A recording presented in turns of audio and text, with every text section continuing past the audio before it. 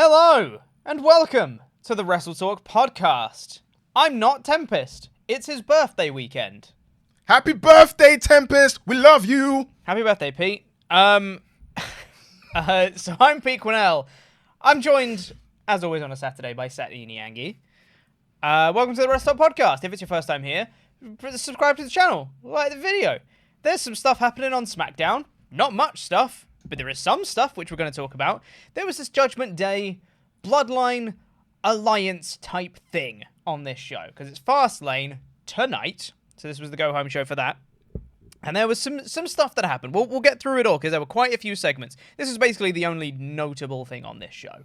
So let's go through all the segments. It started with LA Knight coming out. Before he can do a promo, he gets interrupted by Bloodline, that being Solo, Jimmy, and Paul Heyman. And Jimmy interrupts the whole back and forth between Heyman and LA Knight. Yes. Grabs the microphone and he says, much like he did last week, he says, "You're not making it to Fastlane. Went so well for you last time, Jimmy. Hope it goes better for you this time." Spoilers, it didn't. Just as they're going to go make an attack on LA Knight, John Cena comes out to make the save in kind of a mirror of what happened last week. Cena comes out, makes the save, and then Heyman convinces Jimmy and Solo to pull away. And then LA Knight makes the main event for Knight versus Jimmy Uso. Yeah. It was a perfectly fine segment. Nothing notable else there. However, I think it's interesting because it cuts backstage to Judgment Day. Judgment Day are there with JD McDonough, and Priest is like, why is he here?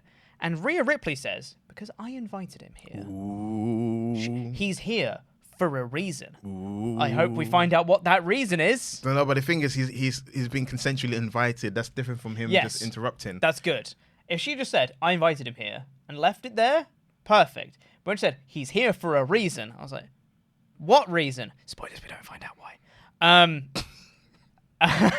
And then later on in the show, Jimmy and Solo and Heyman are walking backstage. Jimmy's still upset because that first opening segment didn't go to plan, and he's like, look, man, Roman's not here to make the calls. Somebody's got to make the calls. If Roman was here to make the calls, I'd let him make the calls. Let him. But he's not here, so I'm making the calls, all right? He's a bit all over the place. They go into the locker room, and Judgment Day are just vibing in the Bloodline locker room. Just sitting in the chairs, just being like, sup? I love if they did a pre-record. Yeah. Everyone, look cool. Sup, guys? So then Jimmy's just like, you guys in the wrong locker room? Balor's like, no, we're exactly where we're supposed to be. Which is really nice. As he said that, I was like, Finn Balor, you're about to get in bed with the people that screwed you out of your title. The demon should never forget. Yeah. I mean, didn't Priest cost him the title, really? US title doesn't count, though. It's just the No, US I was talking title. when he was challenging Seth at Money in the Bank. Yeah. Yeah, but that was a misunderstanding, allegedly. Sure. No one broke the top rope, and to this day, we don't know who did it. God, yeah. That's what I meant. I meant Yeah. like Finn Oh, Balor the is top rope thing. Finn is one of the yeah. victims of the bloodline. So why is he hanging Yeah. out with the bloodline? He should be like, Judgment Day, this is my time. That's what I would do. That would have made this so much better. It's like, this is for me losing the title, and screw him. But that's a whole different screw stuff for Roman. another time. And then go to an ad break, come back, and you have this like kind of like stare off where all of them are just staring, and the lens is just down between the two lines, split right down the middle of these two lines of Bloodline and Judgment Day, which I thought was really well shot. A Mexican standoff, as Mexican they say. standoff between the two. But Rhea calls for everyone to leave so she can have a chat with Mr. Heyman. They all leave eventually. Priest and Solo kind of stay there for a little while, but they all get out eventually. And then, this was the best bit for me, was Rhea chatting to Paul Heyman, where she says, Heyman, look, you should make the smart decision. Judgment Day and Bloodline are stronger together. Let's just make a little alliance here. Heyman says, it's a great idea, really like it. I need to get that authorized, so I'm just going to make a little call, and I'll get it authorized. Goes to pick up the phone. Rhea Ripley just pushes the phone back down, and she says, it's authorized. And Heyman's like, no. She goes, it's authorized. He said, yeah, for the Judgment Day, but for the Bloodline, I can only get it approved by one person, and that person is the Tribal Chief. Roman Reigns. And she just leans into Paul Heyman. This is the best line. She just leans into Paul Heyman and just goes, acknowledge me. And I was like, oh, she's good, isn't she? And she said she needs to they need to acknowledge her, much like Jey Uso did on Raw.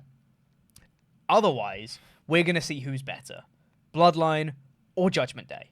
And I'm like, okay, for me, this is setting up a potential little alliance here that's like tense and maybe blows off eventually, or it's going to blow up in the face immediately, and then we're going to get a Bloodline Judgment Day actual like feud, right? Post Fastlane. They've teased it enough, right? They're going to do a War Games match. I'm just throwing it out there, Oh, I assume the War Games match is the temporary alliance. The alliance that end Hulkamania, if you get what I mean. Yeah, absolutely. It's Dungeon of Doom and Four Horsemen all over again, just in case the young people don't get my references. That's what I was trying to reference. I don't. Yeah, I'm a young one. You had to specify because you're like, alliance at the end. What? Same thing happened. They want to take down the top baby face. Two factions get together. Yeah, the same thing. Yeah, which is totally fine. Yeah. Thought it was interesting. This was a good segment. I liked it.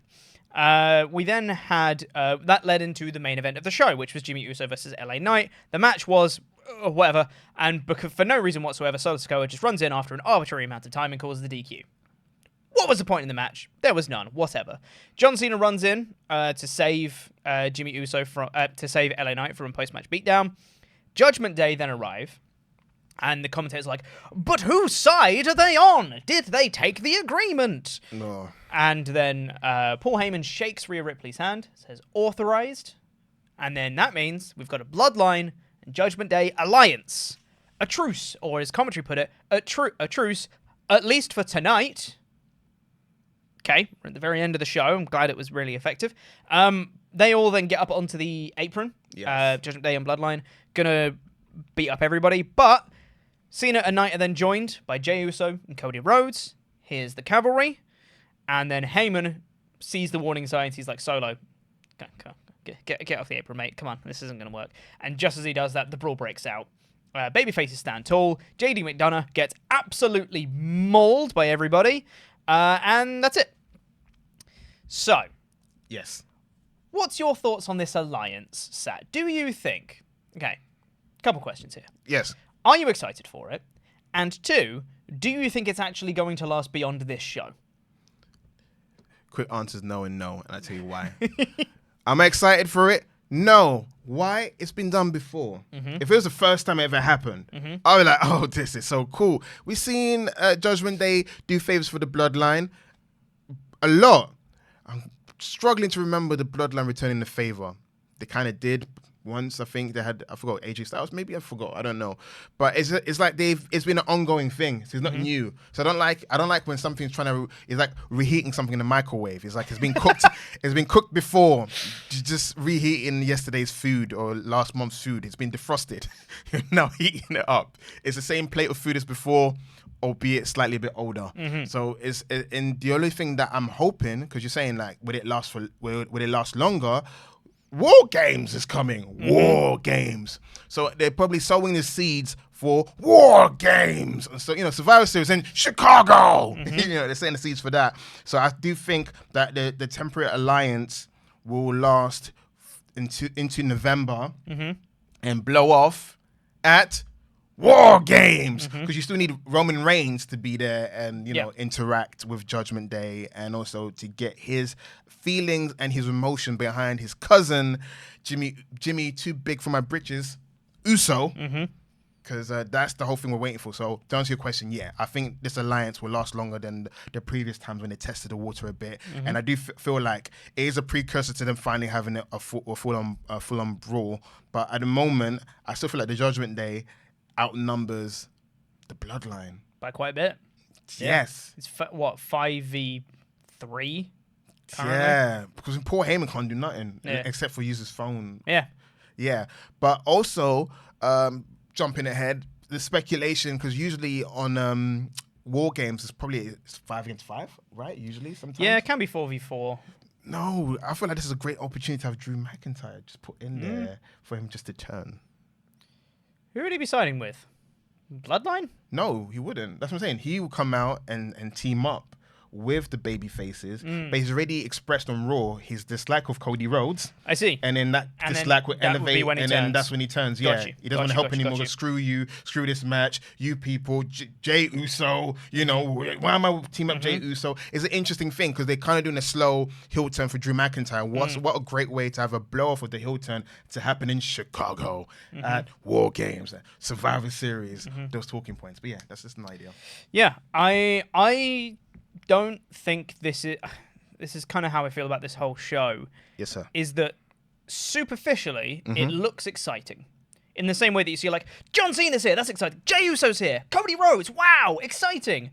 If you go underneath that very, very superficial layer, it's like there's actually nothing here. Like this didn't build the Fastlane match pretty much at all. Because I don't think the story was furthered in any way. It was just reinforced at the same level. Yeah. Because we talk a lot about, people saying like, well, the story wasn't furthered on this show. And then someone would say like, well, they had like 3 segments, whatever. It's like, sure. But if you have 3 segments that say nothing, the story isn't furthered. It's just been reinforced at exactly where it is. And I think I came out of the show exactly where I was before I went into this show. Aside from that little Judgment Day Bloodline Alliance, if that is going to be a thing. That is an actual story progression out of this show. I'm going to ask you this question because as you're explaining your point, I was thinking to myself, are we meant to believe Judgment Day is going to integrate themselves into the tag match of Fastlane? Is that what's... Because, again, you're right. Because it could be both, Bloodline would help out Judgment Day against Cody and Jay, and then Judgment Day would help out Bloodline against Cena and Knight, right? I assume that's supposed to be our thought process going into Fastlane. But I don't know if that's actually going to be a thing. I think it would be a bit weird to have a lot of like shenanigans all over the show. It would make it feel very TV rather than a pay-per-view. You know what I mean? I know, but they've earned a right to have a TV style booking because they've had great pay-per-views early in the year. So I guess I don't agree with that at all. What from Backlash? No. I agree. They've been great pay-per-views. Yeah. That doesn't give them a right to have a bad pay-per-view. just always have great pay-per-views. Be held to the same standard. I guess. Just not. I can't believe that's an argument. Well, they've had great stuff, so they can get away with having bad stuff. I mean, just don't have bad stuff. I mean, in an ideal, perfect world, but I've been watching WWE wrestling for a long time to know no such thing exists. Oh, so for me, I agree. I'm always waiting for the other shoe to drop. This is the other shoe dropping, so I'm like, I can see your slippers falling off. Sure. It's gonna. I understand. In a realistic world, it's probably going to be a lot of shenanigans and stuff. But I'm still going to criticize him for it. I'm not going to give him a pass. I mean, that's what you get paid to do. I mean, So, criticize them. I'm just saying that, I mean, they're kind of hinting at what's going to happen. Yeah. As long as it's done well, but it's usually not. It's just the same old schmoz. There is also the chance that this is never referenced again. And this was a one-night truce, and then they teamed up, and then that's it. Pete, they've done it before. That's why I said to you no and no. No, because they've done it before, and no is because... Yeah, but I do think there's a potential for the alliance to go into November because it makes it exciting. But also, I'm sick and tired on Raw. Why is Cody wrestling a variation of people from the Judgment Day and then Sami and KO doing the same thing? It's like it's the same main event on Raw. I know we're talking about SmackDown, but my goodness, it's spam worthy. It's meme worthy. It's insane. Have you seen that collage of graphics? Yes. Yeah, that's what I'm alluding to. It's ridiculous. And they're going to continue doing it. And I'm like, I'm so confused. I'm like, can we do something different? Yep. Like, how long have they been feuding for? Where's the blow-off? War Games. They've been feuding since June? The combination of the wrestlers. Yeah, War Games. War Games. Make it War Games. End it. Yeah. Because I genuinely think they got to June and said, okay, I think we've got our War Games plan. And that's it. That's as far as they got. They didn't think about what they're going to do in the meantime. They said, well, we'll just build it now. Which is just nonsense. I don't know, because it's kind of like people complain if they start cooling off the feud because you're like, War Games is next month or Survivor Series is next month. You need to build it up. But they've rinsed through so much matches that it's come to the point where Raw, again, I know we're talking about SmackDown, is now Groundhog Day. And it may potentially do the same thing on SmackDown where that's going to become Groundhog Day because you're going to get a combination of all those wrestlers competing one way or the other. And also, quickly to say, Cody Rhodes and Jey Uso, hyped up, they're coming to SmackDown, came at the end. Yeah, and they weren't scheduled to be there for a promo or anything. They just came out to save their friends. No, it was scheduled. They were like, we're going to SmackDown. Oh, no, exactly. Yeah. But I'm saying, like, in the kayfabe of the show, they didn't come out for a scheduled promo. They didn't have a match. No, it's a They bit were bizarre. just there to save their friends. So they all would have already known that their friends needed saving before the show. The continuity doesn't make sense in kayfabe is what I'm trying to say. You know what? I would have popped more if it was unannounced. You're like, oh my absolutely. gosh, it's So would I. Jey Uso. Did Cody come for the ride? Oh, Cody came as well. It's kind of like they were advertised. Jimmy, why are you shocked? The story should have been, is Jey here yet? Is Jey here yet? Yeah. Is Jey... that looks like Jey. Is that Jey? No, it's not Jey. No. That would have been a great story if Jimmy's trying to look for Jey all night, couldn't find him. And trying to avoid him specifically. That would have been great. No, Jay's trying to avoid him, but Jimmy's the one trying to break bread with him. Yeah, because remember, Jimmy still says, I love you. I'm trying to protect you in a super kick. He's a coward. Yeah, he's capping. I don't like Jimmy Uso's character. I don't mind him now. He's a bit of a menace, and it's making me laugh. He's a hot mess.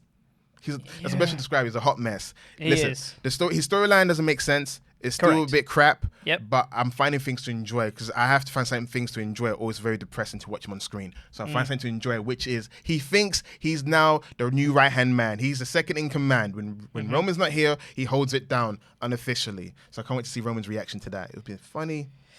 Here's the thing as well. Okay. Yeah. So on this show, yes, it's insinuated that Heyman called Roman Reigns to authorize the Judgment Day alliance thing, right? He said he has to get the approval from Roman Reigns, and Rhea said, all right, make your call. And then he came out, shook her hand, and said authorized, right? Which pretty heavily insinuates he called Roman Reigns. Roman Reigns said okay. They were also hyping up on commentary that Roman Reigns has not given any judgment on Jimmy Uso. Jimmy Uso can say that he's in the bloodline, but until Roman Reigns says so, we don't know if he even is. If Heyman's in constant contact with Roman Reigns surely would have said, Jimmy, piss off. You're not in the bloodline, right? Unless he is, in which case Roman has taken him back, which doesn't make any sense because Jimmy's the first one that turned on him at Night of Champions. No, but you saw Roman. Roman was willing to forgive him because he helped him win the title in SummerSlam. Nonsense! That doesn't make any sense with Roman's character. What do you mean? Roman's a paranoid mess up here all the time. No, but Roman, listen, when you got less members in your bloodline, there's not much of a bloodline. So he was fine. I'll forgive you if you're willing to worship me again. Come on, I'll allow you back in. I hate all of it. Also, you have to remember one thing as well. People keep forgetting they're not just a faction. It's family. They're family. They are family. Sure. It's family. Family squabble all the time. At the end of the day. I would say that betraying your cousin, turning on him, and calling him, horrible things and saying that he's toxic and abusive and all that stuff. It's a little more than squabbling, what I say. It's a regular Friday for the Bloodline household. Amount of time Alpha and Seeker just headlock each other in the kitchen, all saying, I should get the splash, I should get the victory. They grew up in, you're telling, you're about the Bloodline, they're close what? They're tribal combat, they're squabbling, they're training with each other, they're smacking each other. You think it's a simple, easy household full of jokes? No, there used to be a lot of fighting, a lot of competition. That's what breeds that kind of success in the bloodline. It's in them. Cannot believe that you're defending this. I mean, why not? I mean, come on. That's what makes it fun. Pete, you go in and I'm like, actually, what if, Yeah, I be the heel, you baby face it up, all right? I'm not a baby face. I just like to create an alternative point because there are people in the comment section that kind of think that way. Because if we're both thinking the same way, they're going to feel oppressive. My views are never heard. They're going to say in the comment section, you guys suck. You guys never see what I want. So I'm just saying, do I 100% believe it? No, but at the same time, I'm saying it because maybe that's how they see things. Sure, we may not see it, but they see things obscured. They'll be like, "This is great TV content for everyone." Look, man, I saw online that people were super hyped with that main event segment with all the run-ins from Jey and Kobe and stuff. People were like, "Man, that's the hottest SmackDown ending in years. It's just so great." I'm so glad people got something out of it. I got nothing out of it because it's so expected. We've seen these people team up before. The people were announced to be there. There was nothing exciting about it all. I'm like, this is the standoff that we've had for months. But would you argue they wasted this Mexican standoff a month too early? Probably. Because now you don't have the excitement for War Games unless Regal, his year competes up and he comes out. That's the pop. I think it's after War Games. I think his year's up. I think I don't think he's going to be able to announce it, unfortunately. Now I'm sad. Yeah, Now I'm sad. me Or just too. get Triple H. Yeah. War games. Games. Shall we talk about the rest of the show? Because I could talk about this for a while about why I don't like it. But let's try and talk about something else, I suppose. I mean, why not? Yeah. So elsewhere on this show, there wasn't a whole lot, but there was Charlotte and Asuka versus Io Sky and Bayley. Now, they were doing the entrances for this match, and they showed the recap of last week when they did that. And I was like, this is exactly the same as the Bloodline Cena and Knight stuff, in that you have one babyface, outnumbered by two heels, other babyface comes in for a save, and then tag match. Considering the opening segment was one babyface, outnumbered by two heels, and then person comes out, and there's a tag match tomorrow. Like, it's just like, do you have no other avenues of telling a story like this? Like, is there nothing else you can do to get to the same thing of a tag match? Because it just feels very repetitive. If I was a WWE right, I'd be like, "This is a trick question." I'd be like, "What are you insinuating? You get sassy with me, son?" Yeah. I've been up since 4:00 in the morning. My script got ripped up. Don't tell me stuff. I mean, to answer your question, you just acknowledged something I said to Tempest last week. Asuka's a babyface, right? Mm-hmm. She's no longer a heel. That heel run lasted all about a few months. Yep. Good stuff. Yes. You know what she is? Yes. She's a tweener. She's a tweener. Yeah. But there was miscommunication in this match. The match itself was a box standard tag team match. It was a WWE TV match. There was miscommunication on both ends. Charlotte big booted Asuka, and then Bayley knocked Io Sky off the ring. Why not? And then Charlotte hit a natural selection on Bayley and then pinned her. Yeah. We were talking about in the office. Bayley, you're so selfless. Be a tad bit selfish now. Because I was saying it's like her return from a knee injury. She had a good program with Bianca Belair, but since then it's like she's been coasting, or they've been making it to coast to the point where people are saying that Bayley's washed in the ring, because you this year you can't remember when Bayley had a last good match you can sink your teeth into, and they're not doing a good job of alleviating the allegations, because they're not really doing much with her in the ring. She's eating pins. She's the eater of pins of her own group. She went from being the leader to being, I don't know, the supporting player. I don't mind it, because Io Sky is talented, and I did want Damage Control to be justified. That whole formation in SummerSlam, they needed to justify that group, because before Io won the title, I considered Damage Control a failure, but since Io won the title, it's kind of given somewhat of a semblance of in history to be looked back upon as almost probably like Hurt Business. Like, it was exciting at the time, but they could have done more. Even now they could do more of them. They could be vicious. They should be running roughshod, but they're not being booked well. And especially Bayley, she's been booked poor. Yeah. Like the way Charlotte can beat her with a spear. Do you know who that is? That's Bayley, one of the GOATs. Anyway, yeah, I just want to say Bayley, they should book her better. She's too selfless. She needs to be egotistical like someone that pinned her. Allegedly. Something we didn't mention in the whole Bloodline Judgment Day stuff is Roman Reigns is going to be on next week. He is? Yeah. Roman Reigns got announced for next week because it's the season premiere. Also, Triple H is going to be there next week. He is? It's the season premiere. Wow. Roman Reigns. I would laugh if he came back sunburnt. He's been sitting on the beach the whole time. That's another thing. Yeah. One more thing. Yes, about go the for Judgment Day it. Go Bloodline for it. Stuff, Yes. Where Roman Reigns being away. Yes. Feels very arbitrary. Like, we can understand looking at a wrestling calendar when he's going to be away because there's B shows, right? In kayfabe, in the story, he just takes time off whenever, whatever. Does he need to be around? Probably not. Why not? And it doesn't feel earned. There's no reason for him to be away, Yeah. And because you can't make the argument that, he never wrestles on B shows, because he does. Because he wrestled at Money in the Bank, if you want to call it a B show. He wrestled at Elimination Chamber this year, right? If you want to call them B shows. He wrestled at Night of Champions, if you want to call that a B show. That is... There's no storyline justification as to why he's taking so much time off. Aside from, he's having a break. It's sure, but then the Bloodline stuff just completely stops when he's gone. Oh, we know that already. Poor him will be like, because he's the tribal chief, he can do whatever he wants. Exactly, which is not enough justification for me to care enough. It doesn't further any storyline dynamics between characters. There's no, Roman saying, well, I'm going to take some time off, so, Jimmy, you're in charge while I'm gone, or, Solo's in charge. There's nothing to further the people on screen when Roman's gone. And that, to me, is one of the biggest problems with Roman being off, is not that he doesn't defend the title or that, it is that they don't care about the story when Roman's not there, and there's nothing to help the people that are still there when Roman's gone. Roman doesn't lay him up with, here's some story stuff to work on while I'm gone. Hence why Jimmy is back in the Bloodline, because I argued it would have been weeks of Solo and Paul. And Solo Sikoa's character's not built to carry stories. He's built to be silent, stoic, and taking people out. Yeah. And almost as if Cody should have won at goddamn WrestleMania, and the Bloodline should have finished after that. Technically, I'm still at the entrances of Cody Rhodes and Roman Reigns. I've never watched that match, and I never will. Wow. Yeah. Yeah. Yeah. It's too depressing. It was on point to be the greatest WrestleMania since WrestleMania 17, and they crapped the bed. They crapped the bed. Yep. They crapped the bed. Again, like I was watching the entrance, I was like, "Oh, this is great! It's the moment. It's there." And I remember I went to sleep, and I woke up in the morning. I was like, that picture of Cody holding the title in the fireworks, and it looked good on Twitter. And when I went on Twitter, oh gosh, oh no, no! What you mean? What? He won?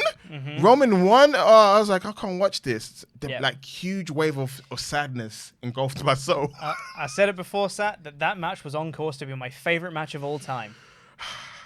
And then Roman won. Anyway, I can't keep talking about it because I do bring it up on every show that I'm on. No. I will die on that hill that Cody should have won. Listen.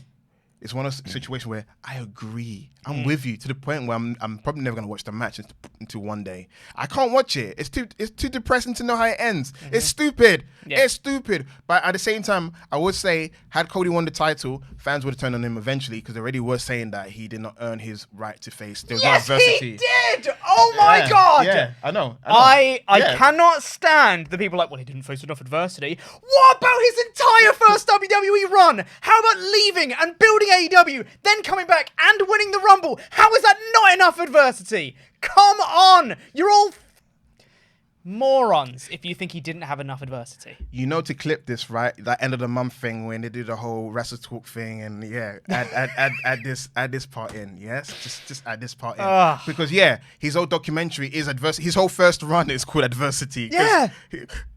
Stardust. You should just rename him Adversity. Yeah. Mid-Carter for life gimmick. Yep. Ripping his titty meat. Yeah. My God, yeah, he ripped his tit. Like, how is it not enough adversity? What are you guys talking about? He was number 30, man. He didn't work hard for it. It angers me so. He ended Solo's undefeated streak. He didn't work for it. God, it angers me. He's the new Super Cena, man. Can you not see it? Anyway, can't keep getting sidetracked. No, because because that would have happened. He beat Brock Lesnar twice, man. Yeah. Can you not see it? That would have been even more of a backlash. He beat Brock Lesnar, man. Backlash. Yeah. That's the one he didn't win. Anyway, goodness me. Let's talk about the next thing on the show. Let's do it. Rey Mysterio versus Bobby Lashley in a non-title match. So, Lashley's winning. This match was all right. Again, Bob's back. It was a WWE TV match, which is a shame because we know how good both these guys are and how well they can go, and they didn't really show that in this match, but they weren't designed to. Big schmoz finish. Everyone gets involved. Street Profits cause a distraction. Get into a brawl with Wacky Mod and Cruz del Toro. Hit a wicked-looking bounce into a German suplex. Was awesome. Allowing Lashley to hit the spear on Mysterio for the win. I will say, the camera work in this match really needed some work because they kind of missed that bounce into the German suplex. They missed a couple of moves in the match because they were just busy cutting to shots of the OW on the outside. Sorted out. But then they played the replay of that bounce German, and it looked amazing, which was then played into an angle later on where backstage Rey Mysterio comes out of the training room and says, Wilde and Cruz del Toro are out of the 6-man tag at Fastlane tonight. Oh, no. So then they said, well, what are we going to do? There's only 2 of us now and 3 of them, which is not true because Zelina Vega's right there. You just don't want women fighting men, but that's okay. You got Santos and you got Rey, and Rey says, let me make a call. And that's how it ends. That is the one bit of curiosity I have for Fastlane. All right, let's decipher. Let me make a call. Mm-hmm. I guess it's not Dragon Lee because I could be. You know why? Let me go down the hall. Yeah, that's exactly it. You know, I'll be right back. Yeah. You know, them ones says, I got an idea. He's like, you need Yeah. to make a phone call. Needs to make a call. And then I don't know. It'd be really funny if it's Dragon Lee though. It's a shame you ain't gonna be here next week, but I'll be like, Pete, watch the episode. It was Dragon Lee. Yeah. He went down the hall to catering. Yeah. No, because he called him. Drag, where are you, man? I'm getting ready for my match. Hey, you just debuted. Do you wanna have your first PLE? Mm-hmm. Bet, I'm there. No, I'm hoping that it is one Carlito.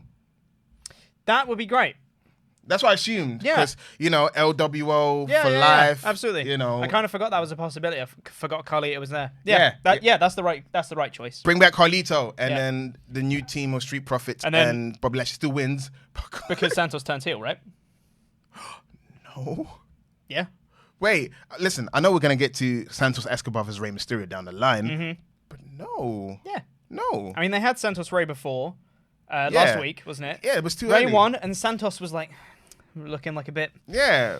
annoyed, a bit dejected, and that's when the Street Profits jumped him right before Santos was going to turn, definitively, with no question, right? You that's what you're Yeah, thinking, yeah, No, it's not. It's not time yet. Why not? It's not time. Why? We have. If you're going to bring in November. Carlito, swap out a Santos. You're fine. No. LWO is still strong. No, it's not. Like, I'm hoping. This is what I'm hoping. I'm hoping he takes that LDF back with him. He takes his crew back. Oh, that would be fun. Yeah. Like, we're out, guys. We're Yeah. out. And then you just have Ray and Carlito as a tag team. Yeah, and Zelina is torn between Yeah. where her loyalty lies. Because I think she's too in. I think with Cruz and Joaquin, they haven't had enough success in the group to be that Yeah. nostalgic. Yeah. They were like, yeah, I'm tired of being a job guy. Where's our van? Let's start kidnapping people again. Yeah. You know? But yeah, no, it's not time. I feel like it has to build even more. Dude, you just create that. You're making my brain is breaking in front of everyone's eyes because I'm trying to see if what you're suggesting is actually a better idea. The whole out of nowhere. What is he doing? Oh, no, Santos. But I feel like it's too quick because I feel like it's a WrestleMania feud. Why does everything need to be a WrestleMania feud? Then who does Ray face at WrestleMania then? What? Doing I that don't Andre know. the Giant Battle Royal on SmackDown? We'll get there into Rumble No, season. man. We haven't even had Survivor Series It's yet. got pre-planning. You can't do that. Listen, Yes, you can. You can't do that. You can't do that. Yes, you can't. can. You cannot do that. They're building this storyline for a while. This new surrogate son, this storytelling, all to blow it off for a pay-per-view. That's not going to happen. Heck, no, you can't. No. Do it at the Rumble. No one cares. Feud blow off at Rumbles. No one really cares. No one blows off feuds at pay-per-views. Is that what I'm hearing? No. Rumble. No one cares about feuds at Rumbles. Why not? No one. Make cares. them care about feuds at the Rumble. That's No. in your power. It feels like it's kind of like a dead heat. People are like, I came for the Rumble. I don't care about this match. This is just like, I need to get my hot Crazy dog. idea. Make them care about the Rumbles and the matches. Yeah, but Just throwing it out there. unless some sort of like Snickers or whatever glow in the dark match. No, we don't care. It's a WrestleMania feud. It'll be Santos' first WrestleMania. Because what? Okay, he turns heel. He has a match with Rey Mysterio. Then what? Rematch on Mania. People start complaining. Or rematch at Elimination Chamber in Australia. People start complaining. And then what happens at WrestleMania? Santos Escobar and Rey Mysterio are both fighting the Andre the Giant Memorial Battle Royal because they screwed it up and they broke up too early. Or they push Santos Escobar. Again, crazy suggestion. If you're going to turn someone heel and abscond a faction, you push them. I don't think that's a crazy suggestion, but that's just me.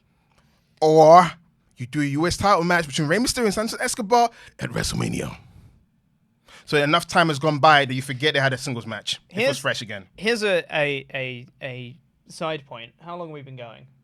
For ages! Probably not talk on this for too long. Yes. This is a side point. Okay. Kind of based off what you're saying.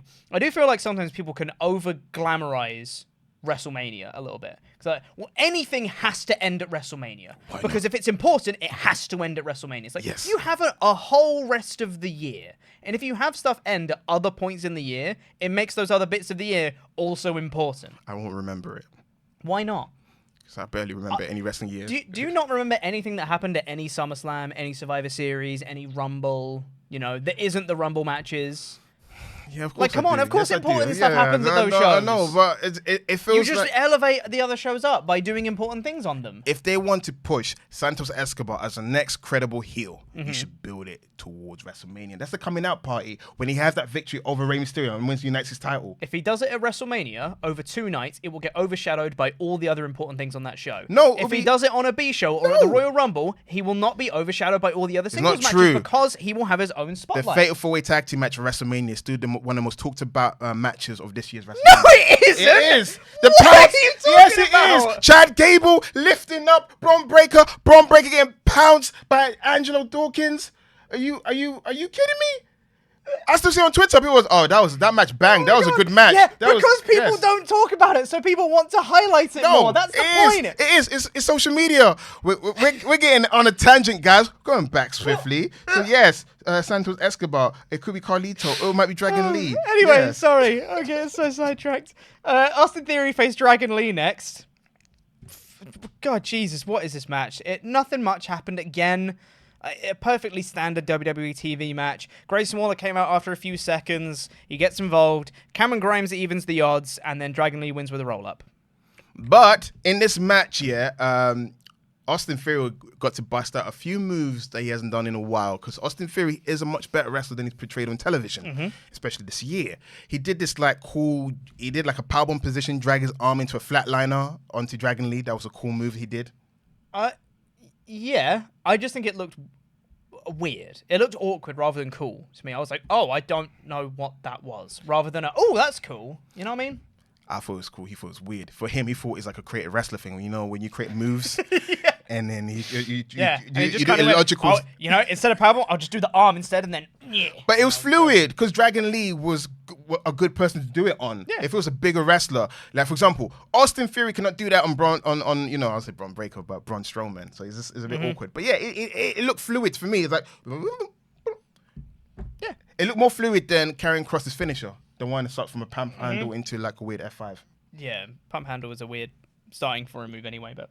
What? Pump handle slam? Pump handle drop? Yeah, pump handle drop is fine because it's basically just a riptide, right? Pump handle slam is a bit too convoluted because then you do hit, arm, under, up, roll over, and then slam. They're saying the momentum is meant to It's supposed to, but it never really does, though. We got a video package for Shinsuke Nakamura. I've written video package for Shinsuke and Nakamura. Nope. For Shinsuke Nakamura and Seth Rollins. And then Damian Priest was shown backstage, holding his briefcase. Tell everyone your theory, man. I wonder if it's going to be a cash-in.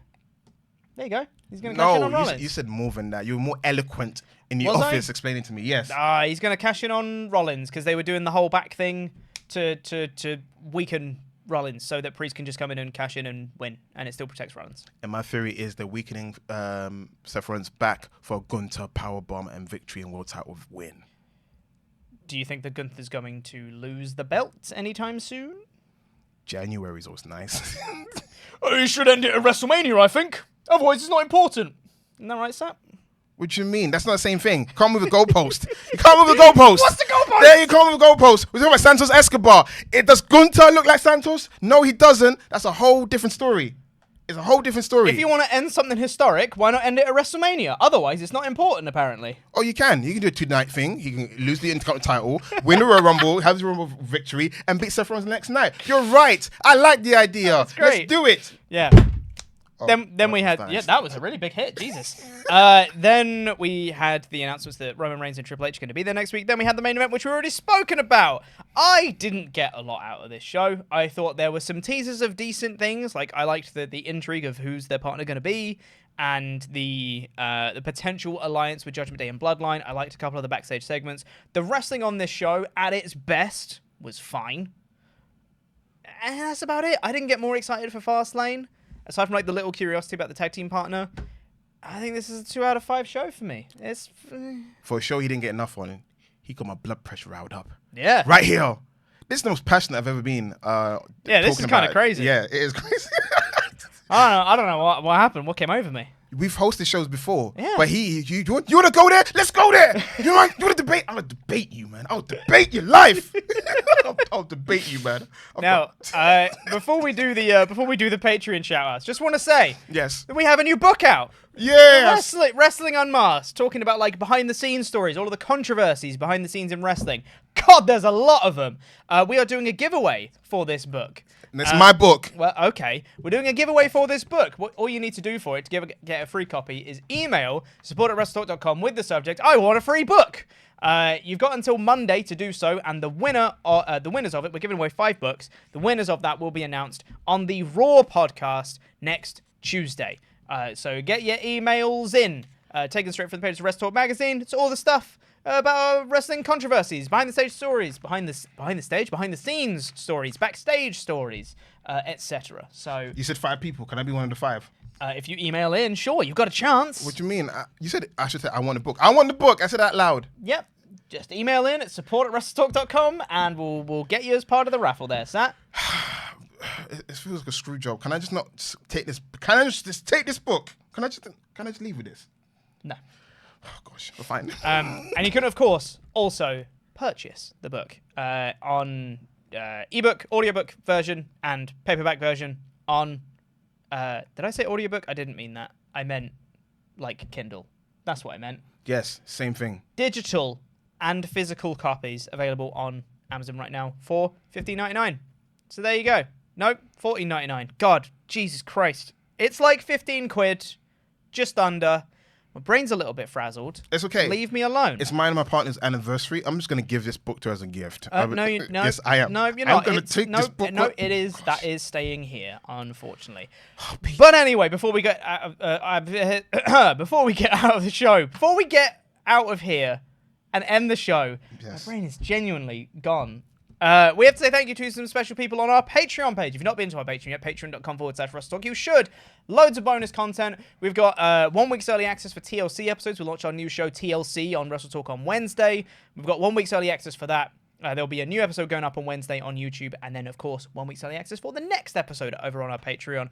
And we've got uncut versions of Survival Series of No Holds Barred over on partsFUNknown. So they're on there as well. Loads of stuff. And...